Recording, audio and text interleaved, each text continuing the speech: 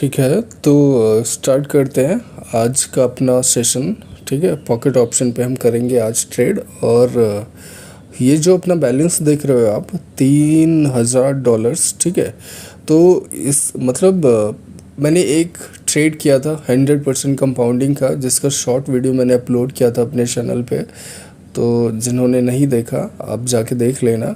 ठीक है, तो ये बैलेंस वहाँ से ग्रो होकर के आया है और आज के सेशन में इसको थोड़ा सा और ग्रो करेंगे। और बहुत से लोग बोल रहे थे कि ओटीसी मार्केट में ट्रेड करने में दिक्कत आता है, तो अपनी ओटीसी में क्या स्ट्रेटजी रहने वाली है वो सारी चीज़ें, ठीक है, मैं इधर आपको बताऊंगा और बहुत अच्छी तरीके से आप ट्रेड कर पाओगे, दिक्कत नहीं आएगी। ठीक है, तो ये प्रीवियस सिनेरियो मार्केट का आप देख लो। मुझे इसमें कुछ खास नहीं लग रहा है क्योंकि करंट सिचुएशन में मुझे मार्केट बहुत अच्छी तरीके से परफॉर्म करता दिख रहा है। ठीक है, तो इसके बारे में हम डिस्कस करेंगे और इधर हम अपनी ट्रेडिंग अपॉर्चुनिटीज़ भी निकालेंगे। मैं चाहता हूँ आप ये करंट वाली कैंडल देख लो पहले। ठीक है, ये ठीक है, ये कैंडल जो है ये रेड बनेगी और पॉसिबली इसके नेक्स्ट वाली जो ग्रीन बनेगी। ठीक है, तो नेक्स्ट वाली पे मैं ट्रेड भी करने वाला हूँ, जो कि एकदम 100% मैं ट्रेड करूँगा। ठीक है, और वो ग्रीन बनना चाहिए। ठीक है, तो ये करंट वाली रेड क्यों बनेगी, इसके जस्ट नेक्स्ट वाली ग्रीन क्यों बनेगी, ये देख लो। ये जो मार्केट है अपने करंट सिनेरियो में अपने कनेक्टिंग पॉइंट्स को फॉलो करके चल रहा है। अभी ये जो एरो देख रहे हो ये ऑलमोस्ट हॉरिजॉन्टल समझ लेना इनको। ठीक है, अब यहाँ पे मैं ट्रेड ले लेता हूँ, जैसा मैंने बताया आपको कि नेक्स्ट वाली ग्रीन बनेगी। तो ग्रीन क्यों बनेगी, मार्केट ना करंट सिनेरियो में अपने कनेक्टिंग पॉइंट्स को फॉलो करके चल रहा है और उन्हीं के बेसिस पे रिवर्सल निकाल के दे रहा है। ठीक है, ये रहा इसका कनेक्टिंग पॉइंट। ओके, जहाँ से प्रीवियस वाली रेड कैंडल बन रही थी जिसके बारे में मैंने आपको बताया। देन इसके जस्ट ऊपर का नेक्स्ट कनेक्टिंग पॉइंट कौन सा, ये वाला हो गया। ठीक है, जहाँ पे मैंने एरो सेट किया। तो पॉसिबली इसके ऊपर वाला कौन सा कनेक्टिंग पॉइंट बनेगा, ये बनेगा इन केस अगर मार्केट वहाँ तक जाता है तो, और अगर नहीं जाता है तो कोई बात नहीं। अभी जैसे करंट वाली कैंडल है, ठीक है, मेरे हिसाब से आई थिंक इसको जो बॉटम का एरो है जो मैंने सेट कर रखा है, ठीक है, ये ब्रेक करके इसके जस्ट ऊपर वाले एरो तक मार्केट को फिल करना चाहिए। ठीक है, और बाइट्स वहाँ तक जाएंगे डेफिनेटली। तो ठीक है, तो ट्रेड ले लेते हैं, कोई दिक्कत नहीं है। कैंडल रिजेक्ट हो गई, ठीक है, कोई बात नहीं है, बट बाइट्स इधर डोमिनेट करेंगे फॉर श्योर करंट वाली कैंडल पे, तो इसको फिल करना ही चाहिए। ठीक है, यहाँ पे देख लो पहले ये जो कैंडल थी ये थोड़ा सा रिजेक्ट हो गई ऊपर से। ठीक है, विक निकाल के दे दिया। तो जो इसके नेक्स्ट वाली कैंडल है ये देख लो किस तरह से डोमिनेट कर रही है और इसके नेक्स्ट कनेक्टिंग पॉइंट तक ये मार्केट में मतलब मार्केट यहाँ पे पहुँच जाएगा और देन नेक्स्ट पे पॉसिबली अगेन रिवर्सल निकल के आएगा। ठीक है, अब देख लो बायर्स इसको किस तरह से डोमिनेट कर रहे हैं, बट मुझे नहीं लगता इसको बहुत ऊपर ले जा सकते हैं या इसको बहुत नीचे छोड़ेंगे।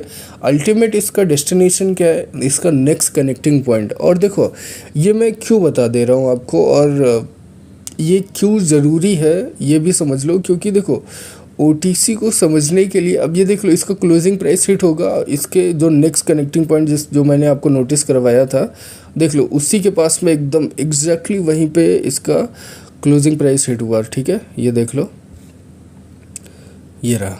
ठीक है, और देख लो नेक्स्ट पे रेड कैंडल बन रही है और ये डेफिनेटली बनेगी, 100% बनना चाहिए इसको रिवर्सल।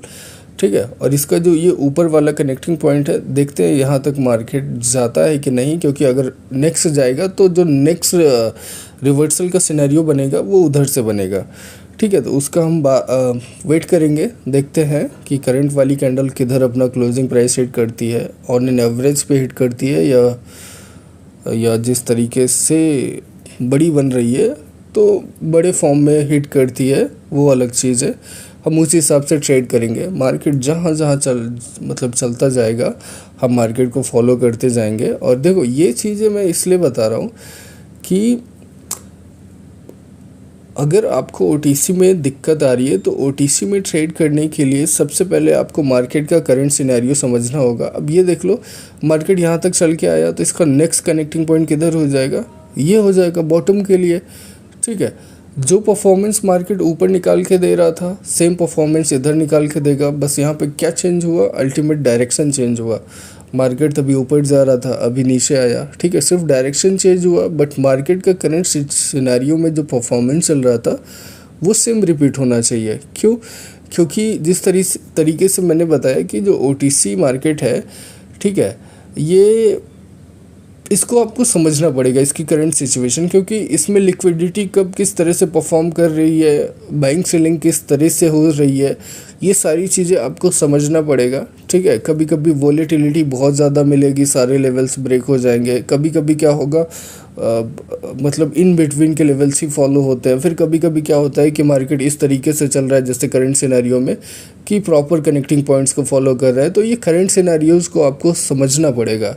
अभी देखो, ये जो कैंडल है ये ऑलमोस्ट डेट साइज़ की बनी, और इसका जो अपना कनेक्टिंग पॉइंट था उसके बीच में थोड़ा सा गैप है जो एरो सेट कर रखा है मैंने, और ये कैंडल जहाँ पे क्लोजिंग प्राइस हिट की डेट साइज़ की, तो उसके बीच में गैप है। तो ये जो करंट वाली कैंडल है ना, ये पॉसिबली रेड बन सकती है, उस गैप को फिल कर सकती है, ठीक है। बट बहुत सारे लोग यहाँ पे क्या करेंगे कि प्रीवियस वाली डेट को एग्जॉस्ट समझ के करंट वाली पे कॉल के लिए ट्रेड ले लेंगे, जो कि एक रिस्की ट्रेड हो जाएगी, ठीक है।